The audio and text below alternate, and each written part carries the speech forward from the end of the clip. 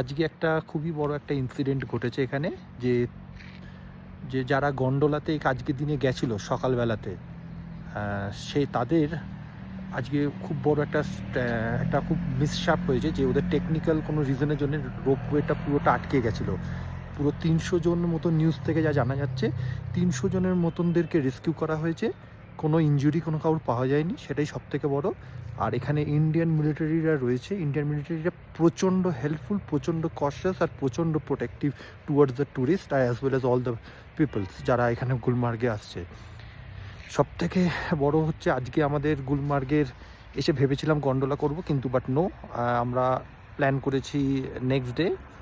কিন্তু আমরা এনকোয়ারি করতে গেছিলাম, মিলিটারিরা যা বলছিল যে এই সময়টাতে প্রচণ্ড বৃষ্টি হচ্ছে এখানে, ঠিক কথা, কিন্তু ওপরে কিন্তু যেটা হচ্ছে সেকেন্ড ফেজ অফ গন্ডোলা, সেটার কিন্তু প্রচণ্ডভাবে স্নোফল হয়েছে, ইনক্লুডিং যা শোনা যাচ্ছে যে Sonamarg, Zojila pass, Dras, heavily snowfall হয়েছে। These are all are coming from the news. এই নিউজের বেসিসেই আর কি মানে আমরা নিজেদেরকে প্রিপারেশান নিচ্ছি।